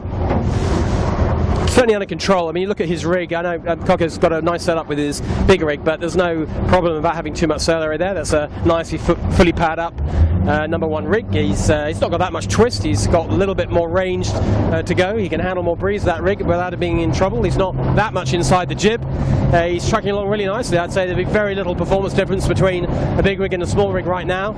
I think when it gets lumpy, the big rig might even be a little better. I think in the flat water, you find the small rig, you might be sailing a little high. You better hold a high lane a little bit more effectively. But just a difference in modes, and as long as you sail to your mode, you'll be fine on either rig. He's heading up to Gotta Love It. He's back into that pressure that he wanted for his second rig, so they're full stretched again. Big red machine. He's pedal to the metal, and this looks like it's pressuring a bit more to come up here. Yeah, it is. As we've been talking, as we're watching Thurlow Fisher, it's just building and building. It's back up to I think what it was on the first upwind, Bob. It felt that was the freshest, and I think we're back up to that now. I think lap 2 was the relatively quiet, soft leg. Now it's built again. I think it's just all connected to the sea fog that just keeps switching the wind on and off. But for now, it looks like this is going to hold for the upwind. This is the last upwind leg of the race. Good news for Gotta Love It 7, and on the last downwind, they have to go via Shark Island, but there's, at the moment, plenty of breeze to get in downwind. As long as it doesn't go too light at the very top of the course, still a chance. At the very top of the course, like we saw last time, it could go a little bit light and funky. Well, what do you reckon the wind strength is here, Brad? Is this sort of 16, 18, 19? Oh, barely, yeah, not even. I'd say it's maybe it's very warm and it's humid, so breeze has got a little less density in it anyway. And I'd say it's 15, 16, occasional puffers, slightly more, but no more than that. I think we've always known that 7 develop a lot of power from their small rig. They're making it look like there's more wind than there is. It's one of those situations. Yeah. Lots of grunt. This is their fully. Let's have a quick look at the rig if we can. Let's look at them behind. I think you're going to see fully grunted up version of a small rig. They've got a lot of range left. They're at the bottom end of this rig. They are 3 wiring. That's fine. But they're not giving any power away here at all. Let's see what they've got as set up. Flat bottom, you'd expect. Bit of twist in the middle, but jib pretty firmly pinned. There's no twist in the jib really to talk of at all. Just maybe the top batten a small amount. A little more twist than I was expected to see at the top of that mainsail leach, but clearly that's what gives the boat the balance that works. Sevi doing what he always loves to do, which is a little bit more windward heel than a lot of the other boats do. That suits his style. Yeah, you can see the sheet hand just dropping it off just to keep it down on that angle. Just a tiny bit, that's right, but it's they're all very under control. They've got all the power in the world, and they're keeping all the power in the boat, not trying to lose much at all. Trucking along nicely. I mean, I think the ease on the vang and the little twist is as much because these waves and these little waves, the bow digs in, and they want to keep the boat just trucking along. They don't mind giving up a little bit of height, possibly. Just want to keep it light on its feet. They want a good re-acceleration mode because you hit the waves like they're about to hit now. Just watch the little boat as it goes up and down. In a skiff, that's quite a big wave. So it's small, up, down, up, down, up, down. Boat slows down. The rig starts to wave around in the wind. That's not good for your aerodynamics. That slows down the boat in itself. and of course the hull is creating a lot more drag as it bounces up and down too, as are the crew with their bouncing up and down, and when all that happens what you want is re-acceleration, and I think they've got a good mode for that. They have a light spot this far side of the harbour. I think Sevi will be tacking out of here pretty damn soon. Light and lifted, never a nice thing. You want to tack away because it's light, but the damn wind goes and lifts on you. And all you dinghy sailors and big boat sailors, you'll know that feeling all too well. Just when you want the header, it goes and lifts, and they know that the run out tide means they can't go too much further, otherwise they'll be overstanding this next lay. A really light patch. We just said it was breezy, Bob. Look at this. Really, really light patch, far side of the course. They don't want to spend too long in here. I think further fishers saw that and have tacked away early. It's just light in front of us too. It's just. Isn't it just? Come through Isn't it just? Looking. It's flat again. We said it might go funky upwind. Look at the top mark. I'm not sure. We just see on the camera there and look up to that sort of little lighthouse, little white building you can see there. Well, the windmill mark's to the left of it. Look at all the cruising boats around it. They're very light, like very light, as in upright. I think we've got a light patch coming. That doesn't mean the race is going to be turned upside down at all. Not that kind of light patch, but it gives a chance for further fisher with a big rig to make up some distance. Well, we're hoping so. Yeah. Don't want to talk it up too much, but there is a race. Well, there is a race happening here. Yeah, It's not a gimme, this one. The white caps are gone. Oh, exactly right. This is no 6-inch putt, is it? This is a 5-foot putt. You wouldn't give it to anyone. This point. It's sweating up. Well. It's also a weird race. I mean, as we were saying before, the fleet just after the first beat just spread out, didn't they? Yeah, huge spreads. So that does happen a little bit in skiff racing, but more than you'd imagine it. But there's Gotta Love It 7 in light stuff. You can see them all very high wiring. That's always the first sign that they haven't got enough power, and they are trying to find the power, shuffling the crew weight forwards, hoping for a little bit of a gust. In the meantime, yeah, Further Fisher just coming into them all the time. Very nice to have a big rig in these conditions. So right now, the boat's a little too close to call it, but if you had little speed trackers or virtual eye trackers on them, you know that Further Fisher would be coming into 7 pretty rapidly. It's probably as much as a 2-3 knot difference in boat speed, certainly a couple of knots for sure, and more height with the bigger rig at this point. Interesting. Weird day out here for sure. The Further Fisher coming towards us now. There she is, fully powered up. There's no high wiring going on board this boat. Elena, turn round to the right a tad and pick up that skiff coming up. They're still in that pressure band. See, they're really smashing into it.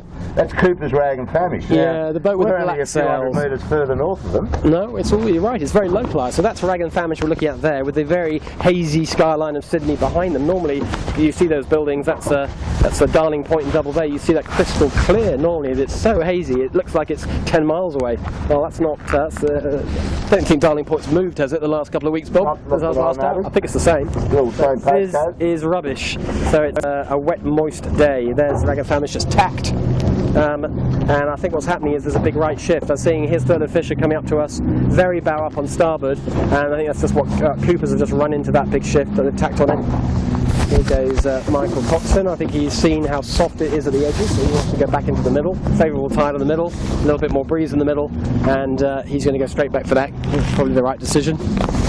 He can see he's coming into Gotta Love It 7. It's one of those ones a little frustrating for him. He just hasn't got enough time, I think, to make up the ground they've already lost. Another lap. They're only 2 wiring on 7. Yeah, they are indeed. And even on Further Fisher, there's our bowman. He is wiring, but only just. He's got like half a leg in. It's one of those half wiring. So even with a big rig, there's not as much power as they want or need. But we're coming up to the top mark for the last time. There is only one more downwind to go. Last beat, last part of it. Gotta Love It 7 aren't laying. The mark on their bow is not the mark. It's up to windward of them. So even with tide, Gotta Love It 7, as you said, are only 2 wiring right now. And as are our Further Fisher right in front of us here. Everyone's in 2 wiring. It has gone light. It is going funky. Stuff could happen. I think Further will make a nice little inroad here upwind, but downwind, well, that could be where it makes all the difference. You'd expect Further Fisher with that bigger rig to be significantly quicker in this stuff. Well, it's just a roll of the dice where how much patch of, how much wind they get on the way back. Yeah. Well, look, 7 right now, Bob. They're not even 1 wiring. I've got all the crew off the wire. It's a really light airs, and Coco will have seen that up front, and he's licking his lips a little bit, but he knows he hasn't got a lot of distance. He's also going to be thinking, do I just follow them into this light spot, or do we tack away? Can't really. Once he's in the light spot, he's in it. He can't get out of it. But for now, he knows he's making a huge net gain. There's something to be said for just going the same way as a boat when you know you're that much faster. But is there enough space to make up that difference enough to attack downwind. That's what it all really comes down to. Well, I think it all comes down to how much wind they run into on the way. If it stays like this, Coco's got it, there's no doubt. 7 is as slow. Yeah.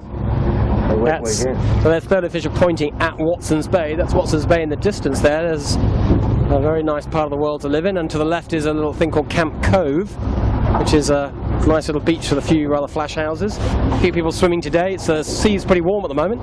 I went for a little swim in the sea yesterday, Bob, an intentional one, not like the accidental one that you put me through about half an hour ago. I went intentionally in the sea yesterday. It was rather nice. I did apologise. You did. It was very kind of you. I'm looking forward to the beer after the race to apologise properly. But yeah, the sea was quite warm. I was surprised, in fact. So summer has well and truly arrived here in Sydney. We had a bunch of 30 and even 40-degree days. Things are warming up. Well, Michael Cox is just galloping into 7 right now. He is. He's got to make sure he keeps his fast light air mode. He's looking pretty pinned for what do we got now? 5 knots of breeze, 6 knots of breeze. I think he's having a little chat about setup. That's a little ease to the Vang, the Cunningham. Make sure we just, there you go. Good work, lads. Soften it off. Want to get the whole rig as grunty. The jib's just been eased a little bit too much, then it goes back on again. So it's all about, he's making a big game with this big rig, but he also needs to make sure he's got optimum setup and optimum trim here. And he'll be trying as hard as he can, and he is coming into 7 like all the time. You can just see it. Very good news to have more sail area. Not surprising. There's obvious statement of the day from me, but wow, when you see it in front of you like this, there's Thurlow Fisher. Quick look to the left there, Lena. There's Scott Love at 7. There's Scott Love at 7. There, that's the distance between the two boats. Scott Love at 7 is on ley line. They hope. They have tacked for it. That's hopefully their last tack. Tacking's about the worst thing to do when you're under horsepower. So they're on ley line. There they are. And they've got a little bit of breeze up there. They are probably 2 wiring now, so they'll huge sigh of relief to them. And Michael Cox, I'm surprised Cox hasn't tacked over there. I have to say I'm a little surprised he's going all the way out to this edge. It looks quite light to me over here. He's got a little patch coming at him though, hasn't he? He sort of looks like it's there, but it keeps looking like it's going away from him. Every time I look at it, it looks further away. Anyway, they've done... That's a lovely tack, a lovely roll tack. A massive right-hand shift, so he's waiting for to get to the edge of the puff, and he's waited and waited, and it's a big righty, which means he can reach into the mark, and he's got in the pressure. Oh, look at that, Coco read that beautifully. I was doubting, I thought he should have gone earlier, but he was exactly right. He's waited to the pressure, now he's going to end up reaching, but no worries about the overstand. What he did is he got to the puff, and he can see how light Gotta Love at 7 are, and the race is on here, Bob, isn't it? No doubt about that. It certainly is, brother. Gotta Love at 7 leading for the top mark for last time. There they are on camera now, but you can see they're only 2 wiring. They're sailing deep. They look under horsepower. Seve looks worried. He's got a nervous look on his face, no doubt about that. But here in front of us is Thurlow Fisher. Second round, they've got one of the hardest manoeuvres to do. It's not a 180, it's a 270-degree turn involving a tack and a bear away all at the same time. Here we go. There's the tack. And here comes the bear away. Keep the wing bars out of the water, lads, if you can. Yeah, nicely done, very nicely done, smoothly done. Cocker's got his foot caught round something. He's trying to extricate himself. Up goes the big kite. So there you see, there's the differential. That looks to me like it's going to be anybody's race. Third Fisher will be a lot quicker down there than Gotta Love at 7. There's jibing to be done. 7 are not going to be able to clear that landmass. That's Nielsen Park. We'll go down in a second and watch that develop. Interesting race in front of us here though, Mark. Mojo has got back in front of after he dropped the main sheet, remember? And there's pressure coming here. Look just look to your right. Yeah, there's a lot of breeze to our right. There's a great big puff on our right coming to us in about 30 seconds. Mojo, there it is. So just get it on camera. That dark green water, that's a bona fide puff. Here's Mojo. Mojo go around the mark in 3rd. And the big bear away from these lads. There we go. Lovely pressure for them. That's Brett Van Munster. There he goes. That's going to bring them right up into it because they have a jibe. What he's jibe set, which is exactly right. That's where the puff is. Brett's realised the puff is over his right-hand shoulder. Now he's jibe that. You want to jibe back into it. That's just what he's done. So these boats are both going to come down with this puff. If this puff stays, these 2 boats could end up right in amongst the leaders. There goes Rag. Goes off. Well, Rag first of all has to negotiate the bear-away set. Rag not jibing. I think that's a mistake. I like what Mojo have done. Mojo on fire here. Oh, I think the jibe into the puff is the way to go. They've done it beautifully. Very good read by Brett Van Munster. Brett's actually already overtaken Thurlow Fisher by the looks of it. They're coming down on their own private puff. Small rig, 3 wiring, sailing the same angle as Gotta Love at 7 on the opposite jibe. That tells you something weird's about to happen. So let's quick recap where we are. You are following Mojo right now, did a lovely jibe set in the puff. we look to our left, Elena, there's Thurlow Fisher, there they are, who was second, sailing in very light airs, barely three wiring, the wrong side, haven't got into this puff yet, and up front, I'm not sure if you can pick up Gotta Love It 7 off Nielsen Parr, the red spinnaker, there's our leader, who will have to jibe away quite soon. And the question is, what's going to happen with this puff? Can these boats track the puff? Well, Thurlow Fisher's now got the puff, that's good news for them. So there's Thurlow Fisher, there we go, there's Thurlow Fisher just getting back into it. So they're going to bring this breeze down with Gotta Love It 7. Well, it's a bit like snakes and ladders. It's just, if this, I don't think this puff's going to get the shark on, no way. Sevy's still saying slanted puff there, but you're right, he's going to have to come off. So this breeze is nowhere near where Sevy is, that's for sure. What happens to it on the way, nobody knows. So probably got Thurlow got a sniff of that breeze mark and probably back in a second. And 7, still motoring. Interesting. Get down there and have a look what he's looking at. I think it's all going to bank up, and I mean there's still the run to the judge, mate, and who would know what they're going to encounter going across there. The fat lady is not even thinking about going to the stage in this race. Gotta love it, look at him, he's going all the way down. I mean, remarkable, isn't it? You expect them to jibe away off Nielsen, but they carried on and carried on. Obviously the puff came just at the right moment, it squeezed them around Nielsen, and now they're picking up the next bit of breeze out of Rose Bay, and they look like they're going to lay this in one. Don't often see that happen. No, not at all.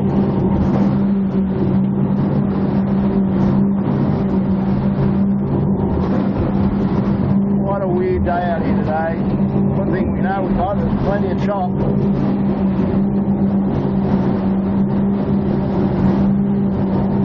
Oh, go figure. Gotta love it. Kissed Nielsen Park and it's gone straight through. Normally you get smashed in there, so he called a good one out to get him right down on that line.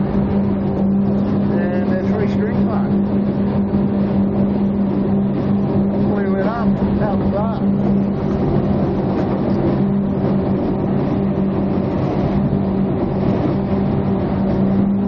Just wiping the camera for you there, a little bit of spray getting up on our camera. Hopefully it's been a decent spray-free vision today, but it's very choppy, as Bob said, very Bob. A lot of spray flying around the place, a lot of waves. Kind of weird, never really that much wind, but a big one out tide, a lot of traffic on the harbour, and that's all it takes. So anyway, back to the front, here is Gotta Love It 7. They've come down here on one jibe, much to everybody's surprise. No jibes from the top, fairway set, and that's been it.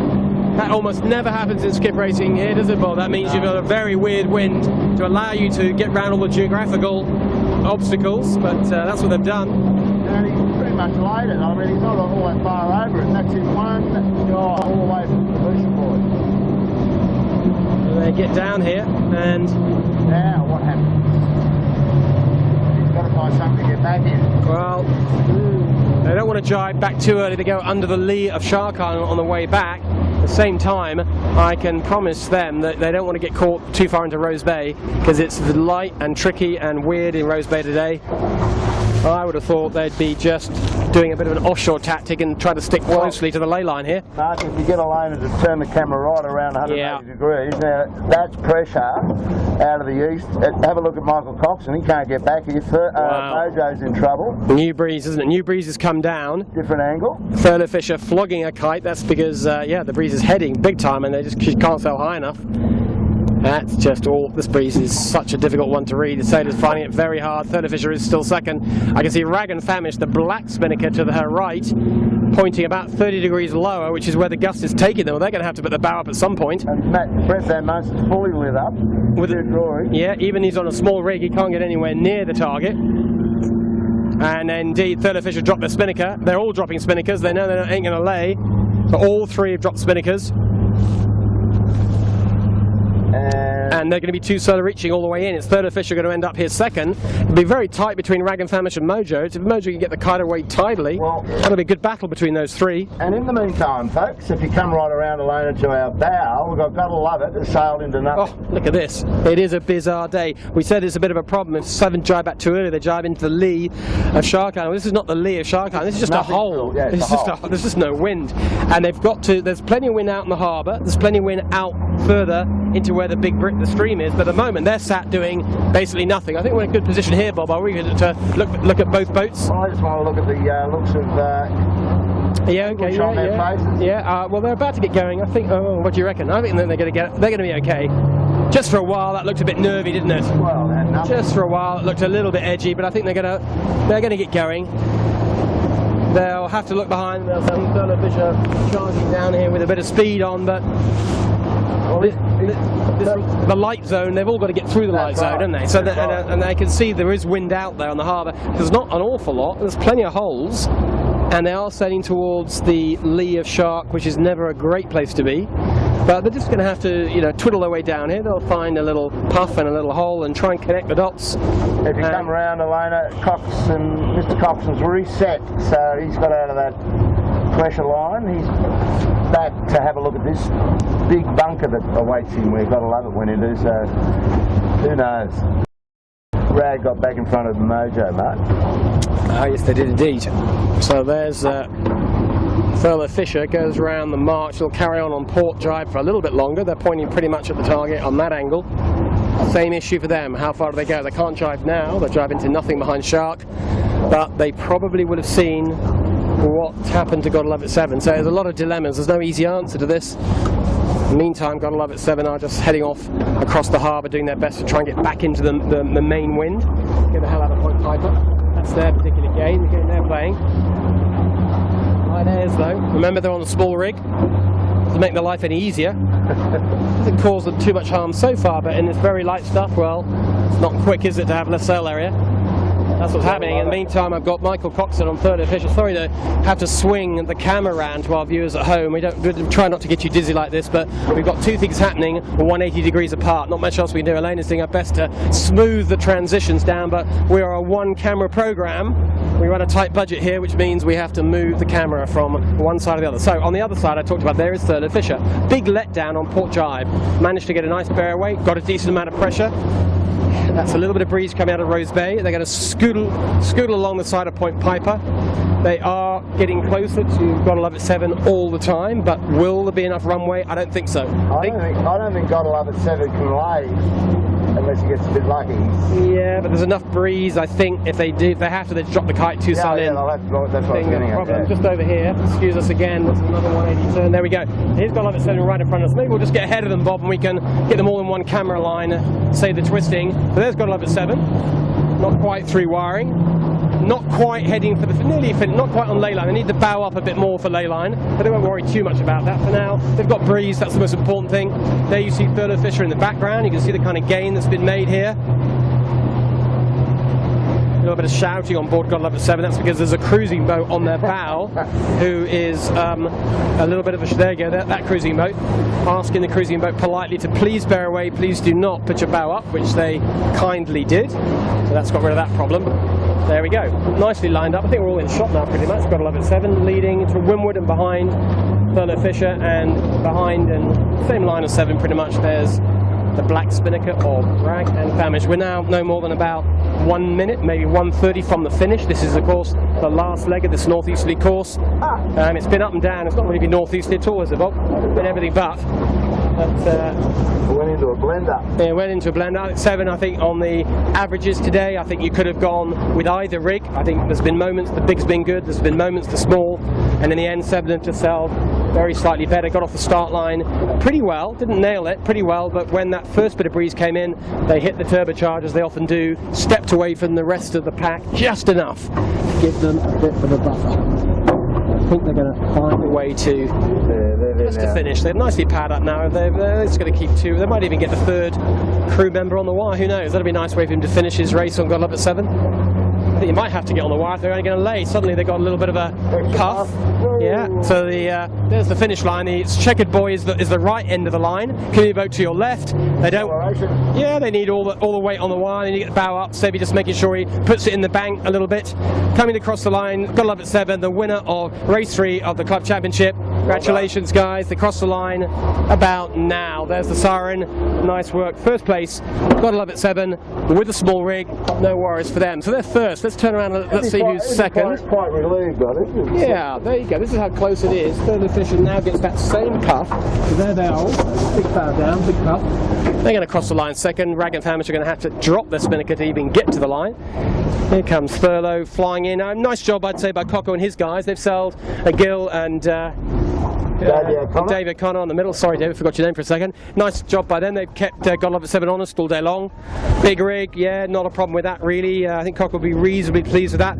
He's got to find a way to start beating God Love It 7. He wants to win the JJ this year, not come second or third. So he has got to find a way to almost get that psychological advantage of start winning these close encounters. And at the moment he seems to always be just the wrong side of the close ones. But anyway, something to work on. Second, third official lawyers, nice work. Third place, that's Rag and Famish, with Jack McCartney managing to keep it nice and tight behind Thurlow.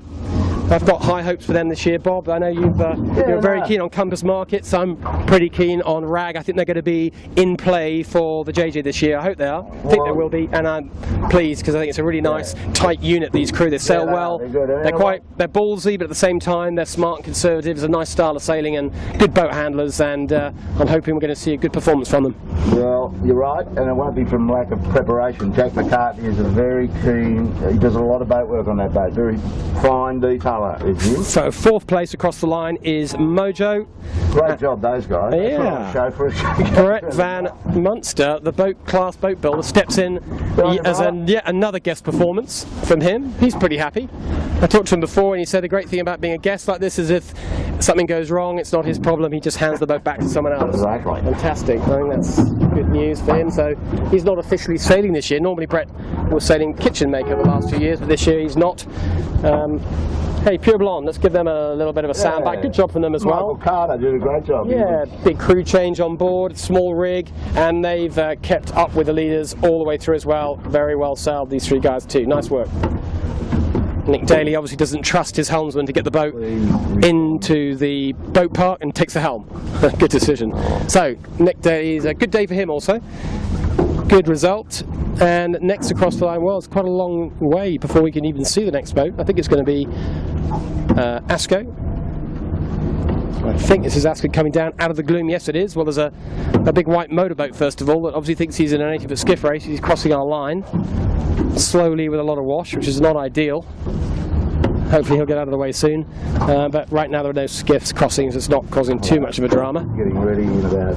And here comes Asco's next down. You can see out of the gloom, out of the sea fog, the sea mist, whatever it technically is. We'll try and talk to our Met friends during the week and find out what this actually is. It's moist and it's cold, this wind, and it has made the breeze go up and down at a hell of a rate. I mean, you don't often see this in Sydney Harbour. In fact, in the winter you see this stuff a little bit, but in the summer I've never seen this before. And the next boat down is Asco, and after that the next boat is so far back, Bob, we can't even see them. Yeah, well, the back of the race fell apart, didn't it? John Winning was in there but capsized on that bearaway. Yeah. Unfortunately took himself out of the mix, and Keegan York had an ordinary day by his current performances. So Asco just can't be bothered setting a shoot.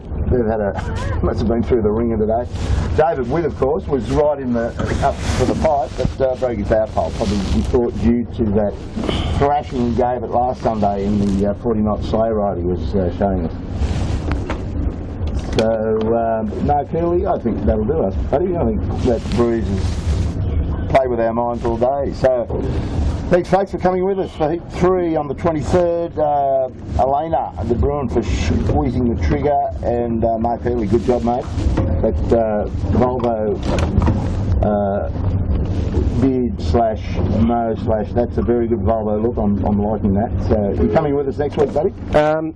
To be decided. Got some family stuff to sort out, so not sure, but either way around, if I'm not here I'll certainly be trying to watch it online, like a lot of people are at home. So wherever you are around the world, whether you're watching us live or whether you're watching the recorded version, I hope you've enjoyed it. Another interesting down the harbour, lots more to come, that's for sure. Great day for God Love It 7, yet again managing to find the speed, the wheels, the decision making. Despite the fact they were on a very different rig, they still managed to win. Congratulations to them. Nice day out on the harbour. Thanks, Bob, for having me. See you soon. Pleasure, mate. Thanks, folks. We'll see you next Sunday.